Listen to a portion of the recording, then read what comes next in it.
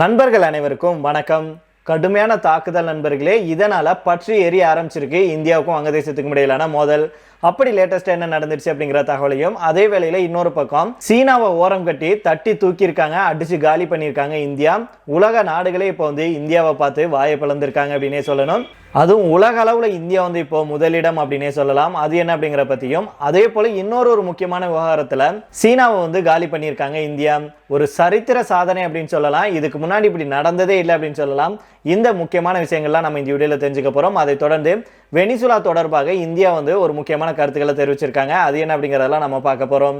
அதுக்கு முன்னாடி நம்முடைய சேனலை சப்ஸ்கிரைப் பண்ணாம பார்க்குறீங்கன்னா மறக்காம சப்ஸ்கிரைப் பண்ணிக்கோங்க. புதுசாக நம்முடைய வீடியோ பார்த்துட்டு இருக்கீங்கன்னா கீழே இருக்கும் சப்ஸ்கிரைப் பட்டனை தட்டி அந்த பெல் ஐகானை கிளிக் பண்ணிக்கோங்க. அதே போல் ஃபேஸ்புக், இன்ஸ்டாகிராமில் வீடியோக்கள் போடுறோம். அங்கேயும் சப்போர்ட் பண்ணி உங்களுடைய ஆதரவை கொடுங்க அப்படிங்கிறத கேட்டுக்கிறேன். மறக்காம ஃபாலோ பண்ணிக்கோங்க. அரிசி உற்பத்தியில பல ஆண்டுகளாக முதலிடத்தில் இருந்த சீனாவை விஞ்சி இந்தியா தற்போது உலகின் மிகப்பெரிய அரிசி உற்பத்தி நாடாக உருவெடுத்திருப்பதாக மத்திய வேளாண்மை துறை அமைச்சர் சிவராஜ் சிங் சவுகான் அவர்கள் தெரிவிச்சிருக்கிறாரு.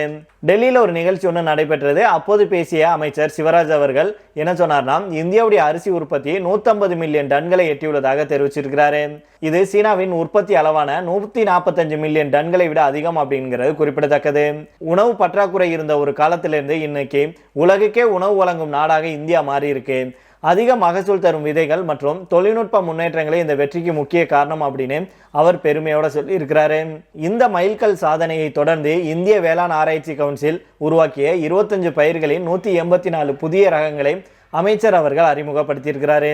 இதுல 122 தானிய வகைகள், 24 பருத்தி ரகங்கள், 13 எண்ணெய் வித்துக்கள், 11 கால்நடை தீவன பயிர்கள் மற்றும் 6 பருப்பு வகைகள் அடங்கும். வறட்சி, மண் உவர்ப்பு மற்றும் பருவநிலை மாற்றங்களை தாங்கி வளரக்கூடிய வகையில இந்த விதைகள் உருவாக்கப்பட்டிருக்கு. இந்த புதிய ரகங்கள் விவசாயிகளை சென்றடைவதை உறுதி செய்ய அதிகாரிகளுக்கு உத்தரவிட்டிருக்காங்க.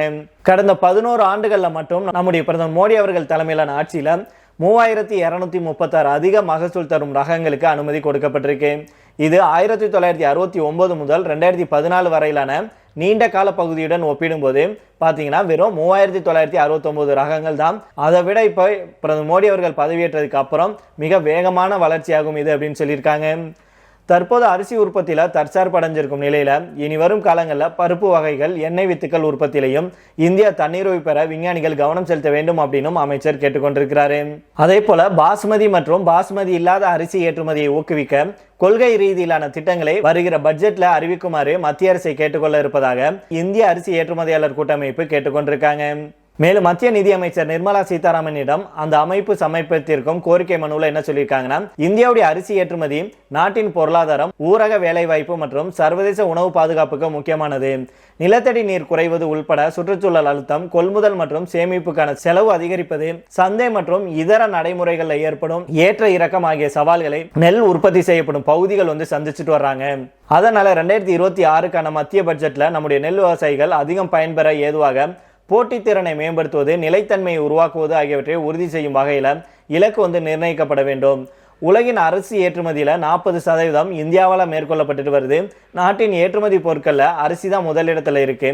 அதனால அரிசியை முக்கிய ஏற்றுமதி பொருளாக கருதி ஏற்றுமதி கடன் மற்றும் வணிக வசதிகளை பட்ஜெட் அறிவிப்புகளை இடம்பெற செய்ய வேண்டும் அப்படின்னு அதில் சொல்லியிருக்காங்க. இதைத் தொடர்ந்து வங்கதேசம் தொடர்பான செய்தியை பார்த்தோம்னா, வங்கதேச நாட்டில் சிறுபான்மை மக்கள் மீது தாக்குதல் நடத்துவது தொடர் கதையாயிட்டு வருது. முக்கியமாக அங்கு இருக்கும் இந்துக்கள் மீது தொடர்ந்து தாக்குதல் நடத்தப்பட்டு வருது. இந்துக்கள் தாக்கப்படுவதும் படுகொலை செய்யப்படுவதும் அதிர்ச்சியை ஏற்படுத்தியிருக்கு. கடந்த 1.5 மாதத்துல ஏற்கனவே 5 இந்துக்கள் அங்கு கொலை செய்யப்பட்டிருந்தாங்க. இந்த அதிர்ச்சி ஓய்வதற்குள்ள கடந்த 24 மணி நேரத்துல அங்கே 2 இந்துக்கள் படுகொலை செய்யப்பட்டிருக்காங்க. இந்தியாவுடைய அண்டை நாடான வங்கதேச நாட்டுல கடந்த சில வருடங்களாகவே அசாதாரண சூழல் நிலவிட்டு வருது. குறிப்பா போராட்டம், வன்முறை, ஆட்சி கவிழ்ப்பு, அதிபர் மாற்றம் அப்படின்னு அடுத்தடுத்த பிரச்சனைகளால அங்கு தற்போது வரைக்கும் இயல்பு நிலை திரும்பல. இதன் தொடர்ச்சியாக தான் அங்கு சிறுபான்மை மக்கள் மீது தொடர்ந்து தாக்குதல் நடத்துவது பதற்றத்தை ஏற்படுத்தி இருக்கு. வங்கதேச மாணவர் அமைப்பின் தலைவர் ஒஸ்மான் ஹாதி கடந்த நவம்பர் மாதம் கொலை செய்யப்பட்டாரு. இதனால ஒஸ்மானுடைய ஆதரவாளர்கள் கோபமாகி அங்கிருக்கும் சிறுபான்மை மக்களான இந்துக்கள் மீது தொடர்ந்து தாக்குதல் நடத்திட்டு வர்றாங்க. கடந்த 2022 மக்கள் தொகை கணக்கெடுப்பின்படி வங்கதேசத்துல 1.5 கோடி இந்துக்கள் வசிக்கிறாங்க. கடந்த 2025 டிசம்பர் மாதம் முதல் வங்கதேசத்துல 5 இந்துக்கள் கொலை செய்யப்பட்டாங்க. 7 பேர் காயமடைஞ்சாங்க. திபு சந்திரதாஸ், அம்ரித் முந்தால், பஜேந்திர பிஸ்வால் உள்ளிட்ட இளைஞர்களை மாணவர் அமைப்பினர் கொலை செஞ்சாங்க. டிசம்பர் 31 இரவு கோகன்தாஸ் அப்படிங்கிற தொழிலதிபரை தாக்கி பெட்ரோல் ஊற்றி எரித்து கொலை செஞ்சாங்க. இந்த நிலையில தான் மோனி சக்கரவர்த்தி அப்படிங்கிற ஒரு இளைஞர் வங்கதேச மாநிலம் நர்சிங்டி மாவட்டத்தில் மளிகை கடை நடத்திட்டு வந்தாரு. நேற்று இரவு கடையை மூடிவிட்டு திரும்பும்போது சில மர்ம நபர்கள் மோனி அவர்களை சுற்றி வளைச்சிருக்காங்க. கூர்மையான ஆயுதங்களால் அவர்கள் மோனியை கடுமையாக தாக்கியிருக்காங்க. இதில் அவர் சம்பவ இடத்திலேயே பரிதாபமாக உயிரிழந்திருக்கிறாரு. அதே போல ஜஸ்கோர் மாவட்டத்தை சேர்ந்தவர் ராணா பிரதாப். ஐஎஸ் தொழிற்சாலை வைத்துள்ள ராணா பத்திரிகை ஒன்றில் பொறுப்பு ஆசிரியராக பணியாற்றி வந்திருக்கிறாரு. நேற்று அவரை மர்ம நபர்கள் தலைப்பகுதியில் சுட்டு கொலை செஞ்சிருக்காங்க. மேலும் அவருடைய தொண்டை பகுதியை கத்தியால் அறுத்திருக்காங்க. பிரதாப் மேல ஏற்கனவே சில வழக்குகள் இருப்பதாக தகவல்கள் வெளியாயிருக்கு. அவருடைய உடல்ல இருந்து 7 தோட்டாக்கள் பறிமுதல் செய்யப்பட்டிருக்கு. இருசக்கர வாகனத்தில் வந்த நபர்கள் பிரதாப்பிடம் வாக்குவாதம் செஞ்சு பிறகு அவரை துப்பாக்கியால் சுட்டதாக சொல்லப்படுது. இதுக்கு முன்னதாக கடந்த சனிக்கிழமை ஜெனியத் மாவட்டத்தில் இந்து பெண் மர்ம நபர்களால் பாலியல் பலாத்காரம் செய்யப்பட்டது அப்படிங்கிற குறிப்பிடத்தக்கது. இந்த நிலையில தான் வங்கதேசம் மீண்டும் மீண்டும் இந்தியாவுக்கு எதிராகவே செயல்பட்டு வருது. இந்தியாவுக்கு எதிராக செயல்படுறது மட்டும் இல்லாம இந்தியாவை பழி வாங்கணும், இந்தியா மேல தாக்குதல் நடத்தணும் அப்படிங்கறதுக்காக முதல்ல வங்கதேசத்தில் இருக்கும் இந்துக்கள் மேல இப்படி தாக்குதல் நடத்திட்டு வருது. இந்தியா எவ்வளவோ சொல்லியும் வங்கதேசத்துடைய அரசாங்கம் அதை கேட்கிற பாடு இல்லை அப்படின்னு சொல்லிட்டு இப்ப இந்தியாவுக்கும் வங்கதேசத்துக்கும் இடையிலான மோதல் மிகப்பெரிய அளவுல பற்றி எரிய ஆரம்பிச்சிருக்கு அப்படின்னு சொல்லியிருக்காங்க. இதனால இனி வரும் நாட்கள்ல இந்தியா இது தொடர்பாக அதிரடியான முடிவுகளை எடுக்கக்கூடும் அப்படின்னு சொல்றாங்க. அதனால கண்டிப்பா விரைவில் வங்கதேசத்தில் இருக்கும் முகமது யூனிஸ் அரசாங்கத்துக்கு சரியான பாடத்தை இந்தியா புகட்ட வேண்டும். அங்க இருக்கும் இந்துக்கள் பாதுகாக்கப்பட வேண்டும் அப்படிங்கிறதா நம்முடைய கருத்தாக இருக்கு. இதை தொடர்ந்து அடுத்ததாக பார்த்தோம் அப்படின்னா இந்தியாவில் கடந்த சில ஆண்டுகள்ல செல்போன் உற்பத்தி பல மடங்கு அதிகரிச்சிருக்கு. குறிப்பா 2025 ஆப்பிள் நிறுவனம் 50 பில்லியன் மதிப்புள்ள ஐபோன்களை இந்தியாவில இருந்து ஏற்றுமதி செஞ்சிருக்காங்க. இது சர்வதேச விநியோக சங்கிலியில சீனாவுக்கு போட்டி தரும் வகையில இந்தியாவும் முக்கிய நாடாக வளர்ந்து வருவதையே காட்டுது. பல ஆண்டுகளாகவே ஒட்டுமொத்த உலகுக்கும் எலக்ட்ரிக் பொருட்களின் உற்பத்தி மையமாகவே சீனா இருந்திருக்கு. ஆப்பிள் நிறுவனம் கூட தன்னுடைய ஐபோன்களை அமெரிக்காவில் டிசைன் செஞ்சாலும் சீனாவிலேயே உற்பத்தி செஞ்சுட்டு வந்தாங்க. பல ஆண்டுகளாகவே இதே நடைமுறை தான் தொடர்ந்துச்சு. ஆனால் கொரோனா காலகட்டத்தில் சீனா விதித்த கட்டுப்பாடுகள் டெக் நிறுவனங்களை யோசிக்க வச்சிருக்கு. ஒரே நாட்டை நம்பி இருப்பது சரியானதாக இருக்காது அப்படிங்கிறத டெக் நிறுவனங்கள் புரிந்து கொண்டாங்க. இதனால கடந்த சில ஆண்டுகள்ல நிலைமை மொத்தமா மாறி இருக்கு.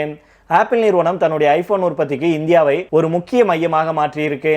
2025 இந்தியாவிலிருந்து 50 பில்லியன் அதாவது 4.5 லட்சம் கோடி ரூபாய் அளவுக்கு ஐபோன்கள் ஏற்றுமதி செய்யப்பட்டிருக்கு. இது மேக் இன் இந்தியா திட்டத்தின் கீழ் இந்தியாவுக்கு கிடைத்த மிக முக்கிய வளர்ச்சி அப்படின்னு சொல்றாங்க மத்திய தகவல் தொழில்நுட்பத்துறை அமைச்சரான அஸ்வினி வைஷ்ணவ். இது தொடர்பாக அவர் தன்னுடைய ட்விட்டர்ல என்ன போட்டிருக்காங்கன்னா, பிரதமர் நரேந்திர மோடி அவர்களுடைய மேக் இன் இந்தியா திட்டத்துக்கும் உற்பத்தி பொருளாதாரமாக மாறும் நம்முடைய தேடலுக்கும் ஒரு பெரிய மைல்கல்லாக 2025 ஆப்பிள் நிறுவனம் 50 பில்லியன் மதிப்புள்ள மொபைல் போன்களை ஏற்றுமதி செஞ்சிருக்கு அப்படின்னு சொல்லி இருக்கிறாரு. அதே போல 2025-26 நிதியாண்டின் முதல் 9 மாதங்கள்ல அதாவது 2025 ஏப்ரல் முதல் டிசம்பர் வரைக்கும் ஆப்பிள் இந்தியாவிலிருந்து 16 பில்லியன் மதிப்புள்ள ஐபோன்களை ஏற்றுமதி செஞ்சிருக்காங்க. இதன் மூலம் சுமார் 3.5 லட்சம் நேரடி மற்றும் மறைமுக வேலை வாய்ப்புகள் உருவாகி இருக்கு அப்படின்னு சொல்லியிருக்காங்க. மத்திய அரசு கடந்த 2022 ஸ்மார்ட் போன் உற்பத்தியை அதிகரிக்க PLI அப்படின்னு அழைக்கப்படும் தயாரிப்பு சார்ந்த ஊக்கத்தொகை திட்டத்தை அறிவிச்சிருந்தாங்க. அந்த திட்டம் வந்ததுக்கு அப்புறம் தான் ஆப்பிள் நிறுவனத்துடைய வளர்ச்சி பல மடங்கு அதிகரிச்சது. ஆப்பிளை பொறுத்த வரைக்கும் அவர்களுக்கு இப்போது இந்தியாவில் 5 ஆலைகள் இருக்கு. அதுல 3 உற்பத்தி மையங்கள் டாடாவுக்கு சொந்தமானவை, மற்ற 2ஐ ஃபாக்ஸ்கான் நடத்திட்டு வர்றாங்க. இவை நாட்டில் இருக்கும் பல சிறு குறு மற்றும் நடுத்தர நிறுவனங்களை உள்ளடங்கிய 45க்கும் மேற்பட்ட நிறுவனங்களுடைய வலுவான விநியோக சங்கிலிக்கு அடித்தளம் அமைச்சிருக்கு. ஆப்பிள் மட்டும் இல்லாமல் சர்வதேச செல்போன் நிறுவனங்களும் இந்தியாவில் அதிகம் முதலீடு செய்ய ஆரம்பிச்சிருக்காங்க. சாம்சங் நிறுவனம் 2021 முதல் 2025 வரையிலான காலகட்டத்தில் 17 பில்லியன் மதிப்பிலான சாதனங்களை ஏற்றுமதி செஞ்சிருக்காங்க. மேலும் அஸ்வினி வைஷ்ணவ் அவர்கள் தன்னுடைய பதிவில் என்ன சொல்லியிருக்காருன்னா, கடந்த 11 வருஷத்துல இந்தியாவுடைய ஒட்டுமொத்த எலக்ட்ரானிக் துறை உற்பத்தி 6 மடங்காகவும் ஏற்றுமதி 8 மடங்காகவும் அதிகரிச்சிருக்கிறத சுட்டிக்காட்டியிருக்கிறாரு.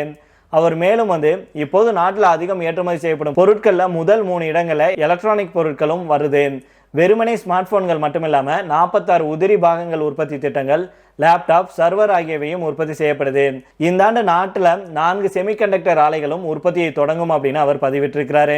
இதை தொடர்ந்து கடைசியாக பார்த்தோம் அப்படின்னா, வெனிசுலாவில் நடந்திருக்கும் சமீபத்திய நிகழ்வுகள் மிகுந்த கவலை அளிக்குது அப்படின்னு மத்திய வெளியுறவுத்துறை அமைச்சகம் தெரிவிச்சிருக்காங்க. வெனிசுலாவுடைய அதிபர் மதுரோ மற்றும் அவருடைய மனைவி ஆகியோர் அமெரிக்காவுடைய புரூக்ளின் சிறையில் அடைக்கப்பட்டிருக்காங்க. சிறைக்கு அதிபர் மதுரோ அழைத்து செல்லப்பட்ட வீடியோவை வெளியிட்டு அமெரிக்க வெள்ளை மாளிகை உறுதி செஞ்சது. கண்கள் கட்டப்பட்டு கை விலங்குடன் மதுரோ சிறைக்கு அழைத்து செல்லப்படும் படத்தை அமெரிக்க ராணுவம் வெளியிட்டிருக்காங்க. சிறையில் அடைக்கிறக்க அமெரிக்க அதிகாரிகள் மதுரோவை அழைத்து செல்லும் வீடியோக்கள் தொடர்ந்து வெளியாகி வருது. அமெரிக்காவுடைய இந்த நடவடிக்கைக்கு ரஷ்யா, சீனா, கியூபா, ஸ்பெயின், ஈரான் உள்ளிட்ட நாடுகள் கடும் கண்டனம் தெரிவிச்சிருக்காங்க. இந்த நிலையில தான் நம்முடைய மத்திய வெளியுறவுத்துறை அமைச்சகம் ஒரு அறிக்கை ஒன்று வெளியிட்டிருக்காங்க. அதுல வெனிசுலாவில் நடந்துள்ள சமீபத்திய நிகழ்வுகள் மிகுந்த கவலை அளிக்குது.